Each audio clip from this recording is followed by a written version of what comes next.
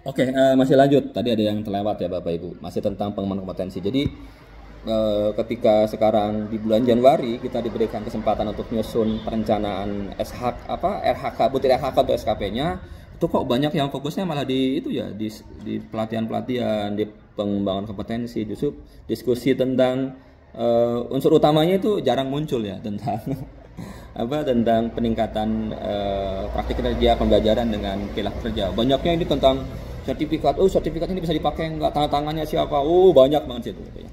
Bapak dan Ibu, kalau kita lihat di pusat informasi, bisa diklik ya nanti Bapak Ibu ya, pusat informasinya itu sudah disediakan oleh teman-teman pengembang di Kemendikbud tentang SKP PMM ini. Tidak ada penjelasan tentang kalau dulu sih iya ya, ketika misalkan ketika masih zaman angka kredit ya, sertifikat seperti apa yang bisa bernilai angka kredit itu ada syaratnya itu kan, minimal 32 JP, satu angka kredit ya. Ada lagi tambahan minimal ditandatangani oleh kalau itu dikeluarkan oleh instansi pemerintah minimal oleh eselon 2 gitu kan ya. Kalau bukan instansi pemerintah itu dikeluarkan oleh lembaga pelatihan resmi gitu kan ya. Itu dulu. Tapi yang sekarang tidak ada ketentuan tersebut Bapak Ibu. Kenapa? Karena ini bukan angka kredit, hanya faktor pertimbangan. Beberapa butir RHK untuk pengembangan kompetensi itu kan misalkan pengembangan pemberdayaan komunitas belajar, lalu pemanfaatan PMM. Kalau yang PMM mungkin Bapak Ibu nggak ragu ya, karena begitu aksi nyata untuk topik pelatihan mandiri ada sertifikat langsung keluar gitu kan ya. Kalau bukti karya bisa di screenshot gitu kan ya. Tapi kalau Pak pelatihannya di luar PMM gimana Pak gitu kan? Atau Pak bagaimana kalau kami memberdayakan Kombel Pak gitu kan ya. Itu kan bukti yang harus disiapkannya sertifikat. Maka keabsahan sertifikatnya bagaimana Pak gitu kan ya. Tangan tangan siapa Pak ya. Nah, Bapak Ibu, kalau dilihat di pusat informasi itu tidak ada ketentuan rincinya. Hanya saja mungkin logikanya begini. Kalau kalau SKP itu dibuat oleh guru, ya, rencana hasil kerjanya oleh guru, itu kan nanti dinilainya oleh kepala sekolah, Bapak Ibu. Jadi kepala sekolah itu ketika melihat butir pengembangan kompetensi itu hanya sebagai pertimbangan saja. Nanti artinya yang Ibu Bapak pertanyakan berarti bagaimana Bapak Ibu ingin menguatkan si kepala sekolah ini ketika melihat bukti dukung hasil pengembangan kompetensinya itu valid gitu kan ya. Itu apa ya?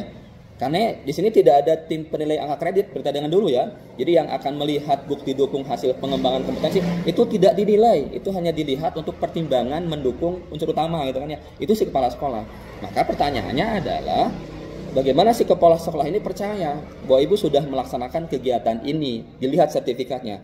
Yang lebih penting kan, lah Bapak Ibu ada di sekolah bersama kepala sekolah. Sejak awal menyusun SKP-nya pun itu hasil diskusi dengan kepala sekolah sampai akhir nanti. Artinya ini bukan tentang cukup dilihat sertifikatnya sebetulnya gitu kan ya. Jadi si kepala sekolah kan setiap hari juga mendampingi Bapak Ibu gitu kan ya. Bahkan untuk unsur utama praktik kerjanya kan bahkan observasi, coaching, mentoring, ngobrol, tahu dong perkembangannya gitu kan ya. Sampai ke Ibu Bapak ikut pengembangan kompetensi pun itu sudah terarah sejak awal hasil ngobrol dengan kepala sekolah. Dari situ saja sebetulnya kepala sekolah sudah bisa meyakinkan diri gitu kan ya, ini valid, ini tidak gitu kan ya. Perkara nanti sertifikatnya ya sertifikat mah gampang dimanipulasi sebetulnya kan Bapak Ibu ya gitu kan ya. Ya enggak sih gitu kan, sekarang udah canggih-canggih kan itu teman-teman yang jago-jago tuh waduh udah ada AI dan sebagainya itu kan ya. Jadi saya sih lebih menyoroti pada validitasnya, bukan validitas dalam bentuk bukti dukungnya, tapi validitas bagaimana perjalanannya. Si kepala sekolah ini kan sudah bisa menilai gitu kan. Kalaupun iya, nanti bukti dukung itu juga akan dilihat untuk pertimbangan, karena tidak ada ketentuannya di pusat informasi tersebut, bahkan di Perdirjen pun kalau dibaca itu tidak ada gitu ya. Maka pertanyaan konkretnya begini barangkali ya, Pak, itu kalau kegiatan Kombel, Kombelnya kan sekarang yang sedang digalakkan itu kan Kombel internal sekolah Pak gitu kan ya. Jadi di tiap sekolah ada Kombelnya. Itu bagaimana supaya sertifikat Kombelnya bisa dianggap sah Pak nanti ketika kepala sekolah melihat menilai gitu kan, yang mempertimbangkan itu memang diakui oleh kepala sekolah tersebut gitu kan ya. Maka pertama pastikan dulu Kombel yang memang betul-betul Kombel. Apa Pak ciri-ciri Kombel yang betul-betul Kombel? Pertama ya memang dia sejak awal dibentuk, ada SK pembentukannya gitu kan ya. Yang kedua ada pengurusnya. Yang ketiga si Kombel ini punya rencana kerja yang jelas, lalu punya dokumentasi kegiatan yang jelas, maka berhak dia melakukan sertifikat gitu kan ya. Itu diakui. Apakah Kombelnya harus terdaftar di PMM? Selama ini sih enggak, karena nggak ada kewajiban di PMM juga gitu kan Bapak Ibu ya. PMM itu kan Kombel berada di PMM itu kan hanya fasilitas dari Kemendikbud untuk bagaimana si Kombel ini bisa apa namanya terlibat menggerakkan yang lain itu kan ya, tidak ada syarat khusus itu Bapak Ibu ya. Jadi saya kira tidak apa-apa selama Kombelnya memang tadi ya ada SK Kombelnya, lalu ada pengurusnya, lalu ada program kerjanya, bahkan ada dokumen kegiatan yang jelas itu kan ya. Lah, yang kedua Pak, itu si Kombel di sekolah itu siapa yang bikin Pak? Ya sekolah itu. SK-nya SK siapa Pak? Ya SK kepala sekolah lah gitu ya. Itu cukup gitu Bapak dan Ibu ya. Pak, kalau kegiatan-kegiatan dari luar Kombel Pak, pelatihan-pelatihan seminar-seminar dari lembaga-lembaga yang lain bagaimana Pak?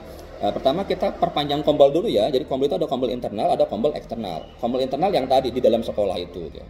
Kombel eksternal ya itu yang memang ada lintas satuan pendidikan, baik itu lintas yang gugus, lintasnya kecamatan, kabupaten, atau nasional bahkan. Nah yang seperti itu banyak memang di PMM yang sudah mendaftarkan diri. Itu boleh gitu kan Bapak dan Ibu. Pak, kalau yang menyelenggarakan kegiatannya itu bukan Kombel Pak gitu kan, kayak yang lain, ya kembali pada tadi keabsahan. Absah tidak lembaga ini gitu Bapak Ibu, karena sekarang kan menjamur sekali ya gitu kan, gratis berbayar dibungkus dengan gratis, intinya berbayar nantinya, itu banyak banget itu kan ya, memanfaatkan peluang. Ya lihat kredibilitasnya itu Bapak Ibu ya, saya kira kita bisa. Kalau dulu kan lembaga resmi itu ya jelas ya Bapak Ibu harus berbadan hukum, itu resmi gitu kan ya, atau apa namanya organisasi profesi itu juga jelas itu Bapak Ibu, itu boleh gitu ya. Jadi lihat kredibilitas. Nanti pertanggungjawaban kredibilitas itu kan ada di kepala sekolah. Namun demikian Bapak dan Ibu, kalau sudah bicara sah mana yang lebih sah, udah jangan kemana-mana sih gitu kan ya. Ada PMM, itu udah jelas tuh. Sudah berapa topik, 40-an lebih sekarang Bapak Ibu ya. Topiknya butuh apa sih Bapak Ibu di situ?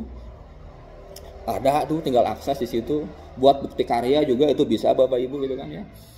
Kalau PMM juga kita masih absen gitu kan ya, mendingan Kombel lah, memberdayakan potensi yang ada di sekolah masing-masing gitu kan, atau lingkungan antar sekolah terdekat gitu kan ya. Mendingan itu berdayakan Bapak dan Ibu, memberdayakan potensi yang ada. Tidak perlu repot-repot mengundang pemateri, karena narasumbernya ya kita juga berbagi pengalaman dan pemahaman. Jadi sekarang itu kan setiap guru itu adalah narasumber, selama dia punya praktek baik dia ceritakan.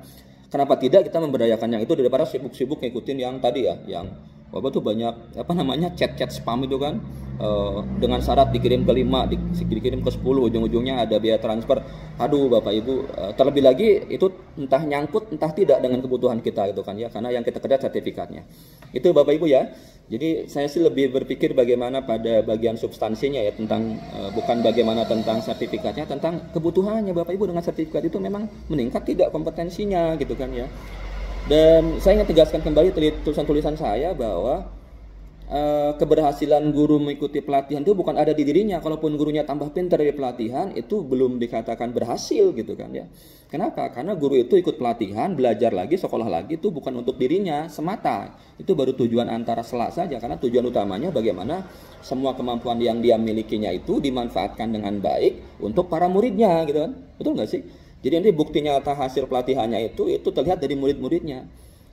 Oke, boleh saja gurunya meningkat kemampuannya, muridnya gimana? Kalau tidak ya berarti percuma pelatihan-pelatihan diikuti gitu kan. Karena tujuan utamanya kan meningkatkan kinerja. Sementara kinerja utama kita ya tadi praktik kinerja dalam bentuk praktik pembelajaran, pelayanan terhadap anak. Jadi bukan gurunya yang harus pintar, tapi bagaimana gurunya harus membuat anak-anak mudah menjadi pintar gitu kan ya, mudah belajar mencapai kompetensi.